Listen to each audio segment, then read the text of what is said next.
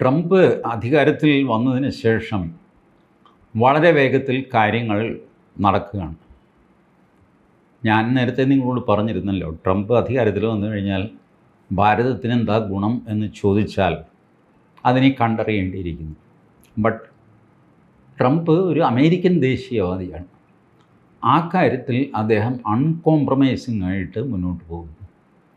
അദ്ദേഹത്തിൻ്റെ advisers, committee അംഗങ്ങൾ, അവരെ ഇവരെ എല്ലാം മാറ്റി അമേരിക്കയോട് സ്നേഹമുള്ള ആൾക്കാരെ തിരഞ്ഞെടുത്ത് അദ്ദേഹം നിയമിച്ച് കഴിഞ്ഞു. അതിലൊരാളാണ് ഇസ്രായേലിലേക്ക് പോകുന്ന ambassador Mike Huckabee. Mike Huckabee അർക്കൻസാസിലെ ഗവർണറായിരുന്നു. ട്രംപിനെ പോലെ റിപ്പബ്ലിക്കനാണ്. ഒരുപക്ഷെ ട്രംപിനേക്കാൾ ഒരുപടി മൂത്ത ദേശീയവാദിയാണ്. പരസ്യമായിട്ട് ഇസ്രായേലിനെ പിന്തുണച്ച ആളാണ്. ഇസ്രായേലിലേക്ക് പോയി താമസിക്കാൻ ആളുകളെ പ്രോത്സാഹിപ്പിച്ച ആളാണ്. ഇസ്രായേലിലേക്ക് പല തവണ ആൾക്കാരെ കൂട്ടി യാത്ര ചെയ്യും. ടൂറിസ്റ്റ് എന്നുള്ള നിലയ്ക്ക് യാത്ര ചെയ്യും, ഒഫീഷ്യൽ യാത്ര ചെയ്യും. അങ്ങനെ ഇസ്രായേലിനെ തങ്ങൾക്കൊപ്പം നിർത്തണം എന്ന് തുറന്ന് വാദിക്കുന്ന ആളാണ് ഹക്കബി. ഈ ഹക്കബിയെ നിയമിച്ചുകൊണ്ട് ട്രംപ് പറഞ്ഞു, ഹക്കബിയെ അമേരിക്കക്കാർക്കും ഇഷ്ടമാണ്, ഹക്കബിക്ക് ഇസ്രായേലുകാരെ ഇഷ്ടമാണ്, ഇസ്രായേലുകാർക്ക് ഹക്കബിയെ ഇഷ്ടമാണ്. ഇത്രയും നല്ലൊരു കോമ്പിനേഷൻ വേറെയില്ല. അതുകൊണ്ട് ഹക്കബിയെ ഞാൻ അങ്ങോട്ട് വിടുകയാണ്. നെതന്യാഹു പറഞ്ഞു, സന്തോഷം, ഹക്കബി വരട്ടെ, ഞങ്ങൾ തമ്മിൽ നല്ലൊരു കെമിസ്ട്രി ഉണ്ട്. ഇതിപ്പോൾ വരാൻ പോകുന്ന ഇസ്രായേലിൻ്റെ പ്രവർത്തനങ്ങളുടെ ദിശയുടെ ഒരു സൂചകമാണ് ഈ ഹക്കബി ഇസ്രായേലിലേക്ക് പോകുന്നത്. കാരണം ട്രംപ് ചിന്തിക്കുന്നത് എന്താണെന്ന് ഒരു മണിക്കൂർ മുമ്പേ അറിഞ്ഞ് പ്രവർത്തിക്കുന്ന ആളാണ് ഹക്കബി. ഹക്കബിയും നെതന്യാഹുവും തമ്മിൽ നല്ലൊരു കെമിസ്ട്രിയുമുണ്ട്. ചുരുക്കി പറഞ്ഞാൽ ഇനി അങ്ങോട്ട് നെതന്യാഹുവിനും ഇസ്രായേലിനും നല്ല കാലമാണ്. അതേസമയം ഇറാനാണെങ്കിൽ ഒരല്പം കൺഫ്യൂഷനിലുമാണ്. ട്രംപ് വന്നതിൻ്റെ 2 ദിവസത്തിനുള്ളിൽ ട്രംപിനെ 3 തവണ കൊല്ലാൻ ശ്രമിച്ച ഒരു ഇറാനിയൻ പൗരനെ ഈ ജസ്റ്റിസ് ഡിപ്പാർട്ട്മെൻറ്റ് പിടികൂടി. ഇത് അങ്ങയുടെ ചെവിക്ക് വെടിവെച്ച ആളിനെ ഒന്നുമല്ല. അയാളെ അന്ന് തന്നെ പിടിച്ചിരുന്നു. പിന്നെ എന്തായി എന്ന് വിവരമൊന്നുമില്ല. അതിനുശേഷം ഒരു മർഡർ അറ്റംപ്റ്റ്, അത് നേരത്തെ തന്നെ പിടിക്കപ്പെട്ടു, അത് പോയി. ഇത് കൂടാതെ 3 തവണ ട്രംപിനെ കൊല്ലാനായിട്ട് ശ്രമിച്ച ഒരാൾ, അയാൾ ഇറാനിയൻ അസറ്റാണ്. ഇങ്ങനെയുള്ളവരെ അസറ്റ് എന്നാണല്ലോ പറയുക. അവർ മുതൽ എന്ന് നമ്മൾ മലയാളത്തിൽ വിളിക്കുന്ന അസറ്റ്. അപ്പോൾ ഇന്ത്യക്ക് പാകിസ്ഥാനിൽ ചില അസറ്റുണ്ട്, കാനഡയിൽ അസറ്റുണ്ട്, കാനഡക്കാർക്ക് ഇന്ത്യയിൽ അസറ്റുണ്ട്. ഇങ്ങനെ രഹസ്യമായിട്ട് ഓപ്പറേറ്റ് ചെയ്യുന്ന ആൾക്കാർ. ഇപ്പോൾ ലോറൻസ് ബിഷ്ണോയ്, ഇങ്ങേര് ഇന്ത്യയുടെ അസറ്റാണെന്നാണ് കാനഡ പറയുന്നത്. ലോറൻസ് ബിഷ്ണോയ് സബർമതി ജയിലിലാണ്. പക്ഷേ ആ ജയിലിലിരുന്ന് തന്നെ പലരെയും കൊല്ലാൻ പ്ലാൻ ചെയ്യുന്നു, ഇത് ചെയ്യുന്നു. അപ്പോൾ അതൊക്കെ ഗവൺമെൻറ് ഓഫ് ഇന്ത്യ അറിഞ്ഞിട്ടാണ് എന്ന് കാനഡ ആരോപിക്കുന്നു. ഇങ്ങനെ അസറ്റ് എന്നുള്ള പ്രയോഗമുണ്ട്. ഇതുപോലെ ഇറാൻ്റെ അമേരിക്കയിലുണ്ടായിരുന്ന ഒരു അസറ്റിനെയാണ് അമേരിക്ക പിടികൂടിയത്. ഈ അസറ്റ് എന്ന് പറയുന്ന ചാരൻ കൊലയാളികളാണ് ഇവരൊക്കെ കേട്ടോ. കോൾഡ് ബ്ലഡഡ് മർഡറേഴ്സാണ്. അപ്പോൾ ഇയാൾ സമ്മതിച്ചു, 3 തവണ ഞാൻ അറ്റംപ്റ്റ് ചെയ്തിരുന്നു, പക്ഷെ നടന്നില്ല. അപ്പോൾ പിന്നെ ഇറാൻ എന്നോട് പറഞ്ഞു, ഇനിയിപ്പോൾ അറ്റംപ്റ്റ് നടത്തണ്ട, 3 അറ്റംപ്റ്റ് നിങ്ങൾ നടത്തിയാൽ മതി. അത് കഴിഞ്ഞാൽ പിന്നെ തെരഞ്ഞെടുപ്പ് കഴിയട്ടെ. തെരഞ്ഞെടുപ്പിൽ ട്രംപ് തോൽക്കും എന്നുള്ളത് ഉറപ്പാണ്. തോറ്റ ട്രംപിനെ കൊല്ലാൻ എളുപ്പമാണ്. അതുകൊണ്ട് തെരഞ്ഞെടുപ്പ് അടുത്ത് വന്നു കഴിഞ്ഞു, ഇനി നിങ്ങൾ ഓപ്പറേഷൻ നടത്തണ്ട എന്ന് ഇറാൻ എന്നോട് പറഞ്ഞു. ഇയാൾ തുറന്ന് പറഞ്ഞു. ഇതെല്ലാം കൂടെ പുറത്തു വന്നു കഴിഞ്ഞപ്പോൾ ഇറാൻ ക്ഷുഭിതരായിട്ട് ഇറാൻ പറഞ്ഞു, തെമ്മാടിത്തരം കാണിക്കരുത്, അയാൾ ഞങ്ങളുടെ ആളല്ല, അത് ഇത് എന്നൊക്കെ പറഞ്ഞ് അമേരിക്കയ്ക്ക് വലിയ കോൺസിക്വൻസസ് ഫേസ് ചെയ്യേണ്ടി വരും. എന്ത് കോൺസിക്വൻസ് ഫേസ് ചെയ്യാൻ? ഇറാൻ്റെ കയ്യിലൊന്നുമില്ല. അപ്പോൾ എന്നാലും പൊങ്ങച്ചത്തിന് കുറവൊന്നുമില്ല, പൊങ്ങച്ചം പറയണമില്ല. ഇതിനിടയ്ക്ക് ഇറാൻ്റെ പ്രധാനമന്ത്രി പെഷസ്കിയാനെ ഇറാനിൽ പല പത്രങ്ങളും എഡിറ്റോറിയൽ വരെ ഉപദേശിച്ചു, ട്രംപുമായിട്ട് സംസാരിച്ച് ഈ പ്രശ്നങ്ങളൊക്കെ അവസാനിപ്പിക്കുക. ട്രംപ് ഒരു സെറ്റിൽമെൻറ്റ് വിദ്വാനാണ്, അറിയാമോ? ട്രംപ് എപ്പോഴും പ്രസംഗിക്കുമായിരുന്നു, എൻ്റെ 4 വർഷത്തെ പീരീഡിനിടയ്ക്ക് ഞാനായിട്ട് ഒരു യുദ്ധവും തുടങ്ങിയിട്ടില്ല. അത് സത്യമാണ്. ട്രംപ് ഈ വലിയ വാചകം, ട്രംപ് എന്തോ ദുഷ്ടനാണെന്നൊക്കെ ഇപ്പോൾ ആൾക്കാർ പറഞ്ഞുകൊണ്ട് നടക്കുന്നതല്ലാതെ ആ മനുഷ്യനായിട്ട് ഒരു യുദ്ധവും തുടങ്ങിയിട്ടില്ല. അപ്പോൾ ട്രംപ് പറയുന്നത് ഞാൻ യുദ്ധങ്ങൾ നിർത്തുന്ന മനുഷ്യനാണ്, ഞാൻ ഉക്രൈൻ യുദ്ധം ഒരു ദിവസം കൊണ്ട് നിർത്തും, ഒരു മണിക്കൂർ കൊണ്ട് നിർത്തും എന്നൊക്കെ പറഞ്ഞ് ഇതുവരെ നിർത്തിയിട്ടൊന്നുമില്ല. എന്നാലും അദ്ദേഹം അതിൽ ഇടപെടും എന്നാണ് എല്ലാവരും പ്രതീക്ഷിക്കുന്നത്. അപ്പോൾ പെഷസ്കിയാനോട് അവിടെ തലയ്ക്ക് വെളിവുള്ളവർ പറയുന്നു, നിങ്ങൾ ട്രംപുമായിട്ട് സംസാരിച്ച് ഈ പ്രശ്നങ്ങൾ തീർക്ക്, വെറുതെ ഇങ്ങനെ എത്ര കാലമായി. 2015 ട്രംപ് ഉണ്ടായിരുന്ന കാലത്താണ് ഇവർ ന്യൂക്ലിയർ എഗ്രിമെൻ്റൊക്കെ ഉണ്ടായിരുന്നു ഇറാനുമായിട്ട്. ഒരു കുന്തവും വേണ്ടാന്ന് പറഞ്ഞാൽ ട്രംപ് അതെല്ലാം കൂടെ ക്യാൻസൽ ചെയ്തു. ഇറാൻ്റെ പുറത്ത് ഉപരോധവും കൊണ്ടുവന്നു. ഇതൊക്കെ ചെയ്തത് ട്രംപാണ്. അതേ ട്രംപ് നിങ്ങളുമായിട്ട് സെറ്റിൽ ചെയ്യാനും തയ്യാറാവും. ചില കണ്ടീഷൻസ് ഉണ്ടാവും 2 രാജ്യങ്ങൾക്കും. അതുകൊണ്ട് അതാണ് നല്ലത്. പെഷസ്കിയാൻ മനസ്സുകൊണ്ട് ഇതിന് തയ്യാറാണ്. പക്ഷേ അവിടെ അവസാന വാക്ക് ഖമനേയുടെയാണ്, താടിക്കാരൻ്റെ. താടിക്കാരൻ വയസ്സായെങ്കിലും വീര്യം ഒട്ടും കുറഞ്ഞിട്ടില്ല. കയ്യിലായതൊന്നും ഇല്ല ചേട്ടാന്ന് പറഞ്ഞാലൊന്നും മൂപ്പര് കേൾക്കുകയില്ല. അല്ലാഹു കൂടെ ഇരിക്കുകയല്ലേ എന്നൊക്കെ പറഞ്ഞിട്ട് കുറേ കഥകളൊക്കെ ഉണ്ടെന്ന് ഖുറാനിലോ അവിടെ ഇവിടെയൊക്കെയുള്ള വീരകഥകളുണ്ടാകുമല്ലോ പഴയത്. ഇപ്പോൾ 32 പേര് കൂടിയിട്ട് നബിയെ ആക്രമിക്കാൻ വന്നു. നബിയുടെ കയ്യിൽ ഒന്നും ഉണ്ടായിരുന്നില്ല. അപ്പോൾ നബി എന്നിട്ടും ഭയപ്പെടാതെ നിൽക്കുന്നു. അപ്പോൾ കൂടെയുള്ള ആൾ പറഞ്ഞു, ചേട്ടനും പേടി തോന്നുന്നില്ല, അവർ 32 പേരുണ്ട്, നമ്മൾ 2 പേരല്ലേ ഉള്ളൂ. എടാ നമ്മുടെ കൂടെ അല്ലാഹുവില്ല, നീ എന്തിനാ പേടിക്കുന്നതെന്ന് ഇത് പറയുകയും ആകാശത്ത് നിന്ന് ഒരു വെള്ളിടി വിട്ടിട്ട് ഈ 32 പേര് ചത്തുപോവുകയും ചെയ്തു എന്നൊക്കെ പറഞ്ഞാൽ അത്ഭുത കഥകൾ. ഇതൊക്കെ ഇപ്പോഴും നടക്കും എന്ന് പറഞ്ഞുകൊണ്ട് ജീവിക്കുന്ന ടീമിൽപ്പെട്ട ആളാണ് ഖമനേയി. അപ്പോൾ ഖമനേയി പ്രതീക്ഷിക്കുന്നത് ആകാശത്ത് നിന്ന് പടച്ചോൻ ഒരു വെള്ളിടി വെട്ടി ട്രംപിനെ അങ്ങ് തട്ടിക്കളയും. തൊട്ടടുത്ത് നെതന്യാഹു ഇടിവെട്ടി ചത്തുപോകും, മറ്റേ ആളിനെ പാമ്പ് കടിക്കും. ഇങ്ങനെയൊക്കെ വിശ്വസിച്ച് ജീവിക്കുന്ന ടീം. എന്നാൽ ഇയാളുടെ കയ്യിലാണ് ഇറാനിയൻ റവല്യൂഷണറി ഗാർഡ് എന്ന് പറയുന്ന പട്ടാളവും സംഗതിയൊക്കെ ഇരിക്കുന്നത്. അതുകൊണ്ട് പെഷസ്കിയാൻ അങ്ങോട്ടും മേലെ ഇങ്ങോട്ടും മേലെ ഒന്നും ചെയ്യാൻ വയ്യ. ഏതായാലും സെറ്റിൽമെൻറ്റിനുള്ള ഏകദേശം സമയമായിട്ടുണ്ട്. ഈ സെറ്റിൽമെൻറ്റിൻ്റെ തുടക്കം മിക്കവാറും ഈ വരാൻ പോകുന്ന organisation of Islamic countries plus Arab league അങ്ങനൊരു സമ്മേളനം അവർ വെച്ചിട്ടുണ്ട്. അപ്പോൾ ഇറാനിൽ നിന്ന് പെഷസ്കിയാൻ നമ്മളുടെ MBSനെ വിളിച്ചിട്ടുണ്ട്, മുഹമ്മദ് ബിൻ സൽമാൻ, ഇതിൻ്റെ സൗദി അറേബ്യയുടെ. അപ്പോൾ അദ്ദേഹത്തെ വിളിച്ചു. അത് ഞാൻ മീറ്റിങ്ങിന് വരുന്നുണ്ട്, നമുക്ക് കാണാമെന്നൊക്കെ പറഞ്ഞിങ്ങനെ വെച്ചിരിക്കുകയാണ്. കാരണം മീറ്റിങ്ങിന് സൗദി അറേബ്യ പോയില്ലെങ്കിൽ ഇതെല്ലാം കൂടെ അലമ്പാകും. സൗദി അറേബ്യയ്ക്ക് ഒരു പ്രശ്നം എന്താണെന്ന് വെച്ച് കഴിഞ്ഞാൽ അവർ ഈ ബ്രിക്സ് മീറ്റിങ്ങിൽ സൗദി അറേബ്യ പങ്കെടുക്കേണ്ടതായിരുന്നു. അത് ഇറാൻ വിലക്കിയത് കൊണ്ടാണ് ഫൈനലി ലാസ്റ്റ് മിനിറ്റിൽ സൗദി അറേബ്യ അതിൽ പോകാതിരുന്നത് സൗദി അറേബ്യയ്ക്ക് ഒരു അല്പം ക്ഷീണവുമായി. കാരണം ഇവർ നല്ല റിലേഷനിലാണ്. Vladimir Putin, Narendra Modi, Muhammad bin Salman. അതിൽ മുഹമ്മദ് ബിൻ സൽമാൻ മാത്രം പോകാതിരുന്നപ്പോൾ മറ്റ് 2 പേർക്കും ചെറിയൊരു അസംതൃപ്തി ഉണ്ടാകുമല്ലോ. അതിൻ്റെ ഒരു പ്രയാസം മുഹമ്മദ് ബിൻ സൽമാനും ഉണ്ട്. പക്ഷേ അദ്ദേഹത്തിന് ഈ അറബ് ലീഗിൻ്റെ കൂടെ അല്ലെങ്കിൽ ഓർഗനൈസേഷൻ ഓഫ് ഇസ്ലാമിക് കൺട്രീസ് ഇതിൻ്റെ കൂടെ നിന്നല്ലേ പറ്റുള്ളൂ. പിന്നെ അവരുടെ GCC അത് എന്ന് പറഞ്ഞ സംവിധാനമൊക്കെ ഉണ്ട്. അപ്പോൾ അതിലൊരു കല്ലുകടി ഉണ്ടാവാതിരിക്കാൻ അദ്ദേഹം സമർത്ഥമായിട്ട് പോകാതിരുന്നു. എന്നാലും ഈ ഇസ്രായേൽ പ്രശ്നത്തിൽ ഒരു സമാധാന ചർച്ച തുടങ്ങി വയ്ക്കാനുള്ളതിൻ്റെ തുടക്കം അത് ഈ മീറ്റിങ്ങിലുണ്ടാകും. ഏത് OIC അറബ് ലീഗ് ജോയിൻറ്റ് മീറ്റിങ്ങിൽ ഉണ്ടാവും. അങ്ങനെയാണെങ്കിൽ ടെൻഷൻസ് ഒന്ന് കുറയും.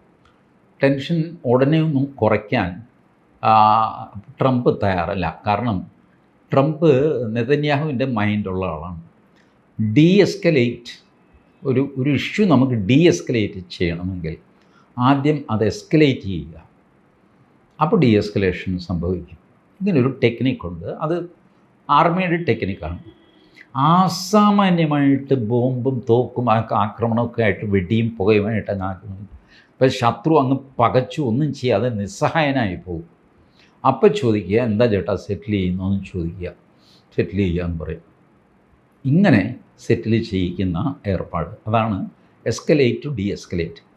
ഈ തത്വമാണ് പലപ്പോഴും നെതന്യാഹു പെരുമാറുന്നത്. നിങ്ങൾ കണ്ടിട്ടുണ്ടോ ഇസ്രായേലിൻ്റെ ആക്രമണം? ഇറോ എന്ന് പറഞ്ഞൊരു ആക്രമണം, സർവ്വസംഹാരിയായ ആക്രമണം നടത്തും. ഇറാൻ്റെ നേർക്ക് ആക്രമണം നടത്തി. ന്യൂക്ലിയർ ഇൻസ്റ്റലേഷനെ തൊട്ടില്ല, ഇതും തൊട്ടില്ല, ഓയിൽ ഇൻസ്റ്റലേഷനെയും തൊട്ടില്ല. ബട്ട് മിലിറ്ററി ഇൻസ്റ്റലേഷൻസ് മാത്രം കംപ്ലീറ്റ് അവരുടെ സപ്ലൈ ലൈൻ എല്ലാം നശിപ്പിച്ചു. Complete destruction. അതാണ് എസ്കലേഷൻ. മറ്റേ രണ്ടെണ്ണം തൊട്ടുമില്ല. അത് ഡി എസ്കലേഷൻ്റെ ടേംസായിട്ട് വയ്ക്കുകയാണ്. ഇനി ഇത് തൊടാതിരിക്കണമെങ്കിൽ ഞാൻ പറയുന്നത് താൻ കേൾക്കണം. ഈ അവസ്ഥയിൽ കൊണ്ടുപോയി എത്തിക്കുക. അപ്പോൾ ആ രീതിയിൽ ട്രംപ് നെതന്യാഹു വഴി ഓപ്പറേറ്റ് ചെയ്തിട്ട് ഇതിനും ഒരു സമാധാനം ഉണ്ടാകും എന്ന് വിചാരിക്കുന്നു. പക്ഷേ ഇതിലൊക്കെ അപ്പുറം എനിക്കൊരു സന്തോഷം ഉണ്ടാകുന്ന വെച്ചാൽ ട്രംപ് ഓപ്പണായിട്ട് പറഞ്ഞു, അമേരിക്കൻ യൂണിവേഴ്സിറ്റികളിൽ മാർക്സിസ്റ്റ്, മാനിയാക്, ലുണാറ്റിക്സ് 3 പേര് എടുത്ത് പറഞ്ഞാണ്. മാർക്സിസ്റ്റുകൾ, മാനിയാക്കുകൾ, ലുനാറ്റിക്സ്. ഈ മാനിയാക്കും ലുനാറ്റിക്കും ഏകദേശം ഒരേ അർത്ഥമാണ്. ഭ്രാന്തൻ, അതാണ് ലുനാറ്റിക്. ചില പ്രത്യേക കാര്യങ്ങളിൽ മാത്രം ഭ്രാന്തനാകുന്നവൻ, അവനാണ് മാനിയാക്ക്. മാർക്സിസ്റ്റുകാരൻ ഇത് രണ്ടും കൂടെ ചേർന്നൊരു ചരക്കാണ് മാർക്സിസ്റ്റ് എന്ന് പറയുന്നത്. നമ്മൾ സാധാരണ കാണുന്നില്ല. അപ്പോൾ ആ അവസ്ഥ, ഭ്രാന്തും അല്പം കൂടിയ ഭ്രാന്തൻ ചേർന്നിട്ട്. നിത്യഭ്രാന്തന്മാർ വേറെയുണ്ട്, അവർക്ക് എപ്പോഴും ഒരു ഭ്രാന്തുണ്ട്. അതാണ് സാധാരണ ഭ്രാന്ത് നമ്മൾ കാണുന്ന ആളിനും മാനസിക നില തെറ്റിയവർ, ലുനാറ്റിക്. മാനിയാക്ക് എന്ന് പറഞ്ഞാൽ ഈ ഇടയ്ക്ക് വെളിച്ചപ്പാട് തുള്ളുന്നു, അല്ലെങ്കിൽ ചില കാര്യങ്ങളിൽ അങ്ങ് കയറി തുള്ളും. ഇത് രണ്ടും ചേർന്ന സാധനമാണ് മാർക്സിസ്റ്റ്. ഇടയ്ക്ക് ഇതും വരും, മറ്റേ പെർമനൻ്റ് ഒരു ഭ്രാന്ത് വേറെയും ഉണ്ടാകും. അങ്ങനത്തെ ഏതായാലും ഈ 3 കക്ഷികളെയും പുറത്താക്കിയിട്ട് ഞാനിത് വെടിപ്പാക്കാൻ പോവുകയാണെന്ന് പ്രസംഗിച്ചു. ആ പ്രസംഗം യൂട്യൂബിൽ കിടപ്പുണ്ട് കേട്ടോ, നിങ്ങൾ കേൾക്കേണ്ട ഒരു പ്രസംഗമാണ്. എത്ര ധൈര്യമായിട്ടൊരു മനുഷ്യൻ മാർക്സിസ്റ്റുകാരെ വെല്ലുവിളിക്കുന്നത്. യൂണിവേഴ്സിറ്റിയിൽ പുള്ളി പറഞ്ഞു, ഞാനിനി ചെയ്യാൻ പോകുന്നത് വെസ്റ്റേൺ സിവിലൈസേഷൻ, അത് അവരുടെ സംസ്കാരമാണല്ലോ, അവരുടെ നാഗരികത, അതിനോട് മമതയുള്ളവരെ മാത്രമേ ഞാൻ പഠിപ്പിക്കാനായിട്ട് വയ്ക്കുന്നുള്ളൂ, അക്രഡിറ്റേഷൻ കൊടുക്കുന്നുള്ളൂ. യൂണിവേഴ്സിറ്റികൾക്ക് അക്രഡിറ്റേഷൻ വേണമല്ലോ, യോഗ്യത, സർട്ടിഫിക്കറ്റ് കൊടുക്കാനുള്ള യോഗ്യത. ഇതൊക്കെ തീരുമാനിക്കുന്നത് മുഴുവൻ ഈ കള്ളന്മാരാണ്. ഇവരെ മുഴുവൻ ഞാൻ അടിച്ച് പുറത്താക്കി തുടങ്ങി. അപ്പോൾ ഇനിയിപ്പോൾ എന്ത് സംഭവിക്കുന്നു വെച്ചാൽ, നമ്മുടെ രാഹുൽ ഗാന്ധി പോകുന്ന ഇവിടെ ഹാർവാർഡ് യൂണിവേഴ്സിറ്റി അല്ലെങ്കിൽ കേംബ്രിഡ്ജ് ഹാർവാർഡ് യൂണിവേഴ്സിറ്റി ചെന്ന് കഴിഞ്ഞാൽ അവിടെ ഇവനെ പിരികേറ്റാനായിട്ട് ഈ പ്രാന്തന്മാരാണ് ഉണ്ടായിരുന്നത്. ഈ പ്രാന്തന്മാർ മാറിയിട്ട് തലയ്ക്ക് വെളിവുള്ളവർ വന്നു കഴിഞ്ഞാൽ ഇയാളെന്ത് ചെയ്യും? ഇയാളോട് എതിർ ചോദ്യം ചോദിക്കാൻ അവിടെ ആളുണ്ടാകും. ഇതിനു മുമ്പ് അങ്ങനെ സംഭവിച്ചതാണ്. 2 വർഷം മുമ്പ് രാഹുൽ ഗാന്ധി ഹാർവാർഡ് യൂണിവേഴ്സിറ്റി പോയപ്പോൾ നല്ല വാക്സാമർത്ഥ്യമുള്ള ഒരു ഇന്ത്യൻ ചെറുപ്പക്കാരൻ, വിദ്യാർത്ഥിയാണ് അയാൾ എണീറ്റ് നിന്ന് 4 ചോദ്യം ചോദിച്ചപ്പോൾ ഇയാളുടെ ഗ്യാസ് പോയി. മറ്റുള്ളവർ തടസ്സപ്പെടുത്തി ചോദ്യകർത്താവിനെ, എന്നിട്ട് സൈലൻ്റ് ആക്കുകയായിരുന്നു. കാരണം കംപ്ലീറ്റ് മാർക്സിസ്റ്റ് പാർട്ടിയുടെ കൂടാണ് അവിടെ. ഇവിടുത്തെ CPM-ൻ്റെ ആൾക്കാരല്ല ഇതൊക്കെ, ഇൻ്റർനാഷണൽ മാർക്സിസം കൊണ്ട് നടക്കുന്ന ടീം. ഇവരെയെല്ലാം യൂണിവേഴ്സിറ്റികളിൽ നിന്ന് പുറത്ത് കളഞ്ഞ് ഞാൻ ശുദ്ധീകരിക്കും. ഫെഡറൽ മണി ഉപയോഗിച്ച്, അവർ ഫെഡറൽ കറൻസി, ഫെഡറൽ മണി എന്നൊക്കെ പറയും, രാജ്യത്തിൻ്റെ കാശ്, രാജ്യത്തിൻ്റെ കാശ് വാങ്ങിയിട്ട് തിരിച്ച് രാജ്യത്തിന് പണി തരുന്ന ബുദ്ധിജീവികളെ എനിക്ക് വേണ്ട, അധ്യാപകരെ എനിക്ക് വേണ്ട. എൻ്റെ യൂണിവേഴ്സിറ്റിയിൽ എനിക്ക് അമേരിക്കൻ രാജ്യത്തോട് സ്നേഹമുള്ള വിദ്യാർത്ഥികളെ ഉണ്ടാക്കണം. അതിനാണ് അമേരിക്ക കാശ് മുടക്കുന്നത്, അല്ലാതെ അമേരിക്കയ്ക്ക് പാര വയ്ക്കാനല്ല. കാരണം അവിടെ എന്തൊക്കെയാണ് നടന്നത്? യൂണിവേഴ്സിറ്റിയിൽ അമേരിക്കൻ പതാക വലിച്ചു കളഞ്ഞിട്ട് പാലസ്തീൻ പതാക ഉയർത്തി. നമ്മളുടെ എംബസി, ഭാരതത്തിൻ്റെ എംബസിയിലെ ഇന്ത്യൻ പതാക പറിച്ചു കളഞ്ഞു. ഇതൊക്കെ അമേരിക്കയിൽ നടക്കുന്നു. ട്രംപ് പറഞ്ഞു, ഞാനിതൊന്നും സമ്മതിക്കില്ല. മാത്രമല്ല, ദീപാവലി സമയത്ത് ട്രംപ് ഇത് ചെയ്തു, ട്വീറ്റ് ചെയ്തു. ട്വീറ്റല്ലല്ലോ ഇപ്പോൾ എക്സ്. അപ്പോൾ എക്സിൽ ഇദ്ദേഹം എഴുതി, ഞാൻ അമേരിക്കയിലെ ഹിന്ദുക്കളെ സംരക്ഷിക്കും, ബംഗ്ലാദേശിലെ ഹിന്ദുക്കളെ സംരക്ഷിക്കും. തെരഞ്ഞെടുപ്പിന് മുമ്പാണ്. ലോക ചരിത്രത്തിൽ ആദ്യമായിട്ടാണ് അമേരിക്കൻ തെരഞ്ഞെടുപ്പിൽ ഹിന്ദു എന്നുള്ളൊരു വാക്ക് ഉപയോഗിക്കപ്പെടുന്നത്. ശ്രദ്ധിക്കണം. ഇതാണ് നമ്മുടെ നാടിൻ്റെ ഇപ്പോഴത്തെ സ്റ്റാറ്റസ്. ആ സ്റ്റാറ്റസ് കൊണ്ടുവന്ന് ഇവിടുത്തെ കാർന്നവരെ എല്ലാവരും കൂടെ കടിച്ചു തിന്നാൻ നിൽക്കുക നരേന്ദ്രമോദിയെ. ചേട്ടാ, 10 പേരുടെ ഇടയ്ക്ക് ഒരു മേലുല്ലാസം ഉണ്ടാക്കിയ മനുഷ്യനെ നമുക്ക് കണ്ണിൽ പിടിക്കുന്നില്ല. ഏതായാലും നമ്മുടെ പ്രശ്നം വേറെയാണ്. പക്ഷേ ഇപ്പോൾ മൊത്തത്തിൽ നോക്കിക്കഴിഞ്ഞാൽ ട്രംപിൻ്റെ ആക്ടിവിറ്റി നോക്കിക്കഴിഞ്ഞാൽ പുള്ളി ഒരു ആൻറ്റി ലെഫ്റ്റ്, ആൻറ്റി മാർക്സിസ്റ്റ് ലൈനാണ് അവിടെ എടുക്കുന്നത്. തീർച്ചയായിട്ടും ആ ലൈനായിരിക്കും ഇവിടെയും എടുക്കുന്നത്. എന്നാൽ ഞാൻ ഈ പറയുമ്പോൾ പോലും ഈ ഡീപ് സ്റ്റേറ്റിൻ്റെ ഓപ്പറേഷൻ നിശ്ശേഷം അങ്ങ് അവസാനിക്കും എന്ന് വിചാരിക്കരുത്. കാരണം ഡീപ് സ്റ്റേറ്റ് സ്ട്രോങ് ആണ്. അവർക്ക് അവരുടെ സംഘടനയുണ്ട്, അവരുടെ കയ്യിൽ പണമുണ്ട്, അവർക്കിത് മറികടക്കാനുള്ള തന്ത്രങ്ങളറിയാം പല രീതിയിൽ. ഏതായാലും ഭാഗ്യം എന്താണെന്ന് വെച്ചാൽ അമേരിക്കൻ അഡ്മിനിസ്ട്രേഷൻ അവരുടെക്ക് പിന്തുണ കൊടുക്കില്ല. അഡ്മിനിസ്ട്രേഷൻ്റെ പിന്തുണ നമുക്കായിരിക്കും. ബട്ട് ഈ കള്ളന്മാർ പിന്നെയും ഓപ്പറേറ്റ് ചെയ്യാനുള്ള എന്തെങ്കിലും വഴി കണ്ടുപിടിക്കണം. അത് നമ്മൾ കരുതിയിരുന്നേ പറ്റുള്ളൂ. പക്ഷെ കണ്ടുപിടിച്ച് കഴിഞ്ഞാൽ നമുക്ക് അമേരിക്കയോട് പറഞ്ഞാൽ അവിടുന്ന് ആക്ഷൻ ഉണ്ടാകും എന്നുള്ളത് ഏകദേശം ഉറപ്പാണ്. ഇപ്പോഴും ഏകദേശം. കാരണം അമേരിക്ക നമ്മളെ ഡിപ്പെൻഡ് ചെയ്ത് കഴിയുന്ന രാജ്യമല്ല. നമ്മളെ അവർ ഡിപ്പെൻഡ് ചെയ്യുന്നത് നമ്മൾ വലിയൊരു മാർക്കറ്റ് ആയതുകൊണ്ടാണ്, സാമ്പത്തികമായ ലാഭം ഉള്ളതുകൊണ്ടാണ്. അല്ലെങ്കിൽ അമേരിക്കയിലെ എത്ര പേർക്ക് ഇന്ത്യ ഉണ്ടെന്നറിയാമെന്നാണ് നിങ്ങളുടെ വിചാരം? ഇന്ത്യ എന്ന് പറയുന്നൊരു രാജ്യമുണ്ടെന്ന് ഇപ്പോൾ അടുത്ത കാലത്ത് നരേന്ദ്രമോദി വന്നപ്പോഴാണ് കുറേശ്ശെ പേര് അറിഞ്ഞു തുടങ്ങിയത്. ഇന്ത്യ എന്നൊരു രാജ്യമുണ്ടെന്നും അവിടെ ഒരു താടിക്കാരൻ കാർന്ന ഒരു പ്രധാനമന്ത്രിയാണെന്നും ഒക്കെ അമേരിക്കക്കാരെ അറിയുന്നത് അടുത്ത കാലത്താണ്. അതുവരെ they don't care for India. ഇപ്പോൾ ഏത് രാജ്യം ഇങ്ങനെയാണ് അവർ കഴിഞ്ഞിരുന്നത്. അപ്പോൾ ആ സ്റ്റാറ്റസിൽ നിന്ന് നമ്മളിപ്പോൾ മാറി പലരും നമ്മളെ ശ്രദ്ധിച്ചു തുടങ്ങി, അമേരിക്കയും ശ്രദ്ധിക്കുന്നുണ്ട്. അത് അമേരിക്കയിൽ പല ആവശ്യത്തിന് പോകുന്നവരും അവിടെ താമസിക്കുന്നവരൊക്കെ ഇന്ത്യക്കാർക്ക് അറിയാം. പലരും എന്നോട് പറഞ്ഞിട്ടുണ്ട്. ആദ്യമായിട്ടാണ് ഐ ആം ഫ്രം ഇന്ത്യ എന്ന് പറയുമ്പോൾ മോദി അതെ. ഇത് ഇപ്പോൾ ഈ 2014 ശേഷം ഉണ്ടായ ഡെവലപ്മെൻറ്റാണ്. അതുകൊണ്ട് അമേരിക്ക ഒരിക്കലും നമ്മളെ സംബന്ധിച്ചോളം, അമേരിക്കയെ സംബന്ധിച്ചിടത്തോളം നമ്മൾ വലിയ രാജ്യമൊന്നും ആയിരുന്നില്ല. എന്തെങ്കിലും കാശ് വിഷയം ഉണ്ടായി കഴിയുമ്പോൾ ഒരു മിസൈൽ അല്ലെങ്കിൽ ഒരു കപ്പൽ അയച്ചു കൊടുക്കുക, ഇങ്ങനെയൊക്കെ എന്തോ ഒരു കലാപരിപാടി നടക്കുന്നു അവിടെ എന്നുള്ള മട്ടിലേ അമേരിക്ക വിചാരിച്ചിരുന്നുള്ളൂ. അമേരിക്കൻ ജനത, നേതാക്കന്മാർക്കും ഡിപ്ലോമാറ്റ്സിനും എല്ലാം അറിയാം എന്തൊക്കെ ചെയ്യണം എന്ത് ചെയ്യില്ല എന്നുള്ളത്. അതർവൈസ് ഇന്ത്യ അവരുടെ വാർത്തയിലേ ഉണ്ടായിരുന്നില്ല. ഇപ്പോൾ വാർത്തയിൽ വന്നിരിക്കുന്നു. ഹിന്ദു എന്നുള്ള വാക്ക് അവരുടെ തെരഞ്ഞെടുപ്പിൽ ഒരു വാക്കായിട്ട് മാറിയിരിക്കുന്നു. ഇതാണ് ട്രംപ് വന്നതിന് ശേഷം ഇമ്മീഡിയറ്റ് ഉണ്ടായ ചേഞ്ച്.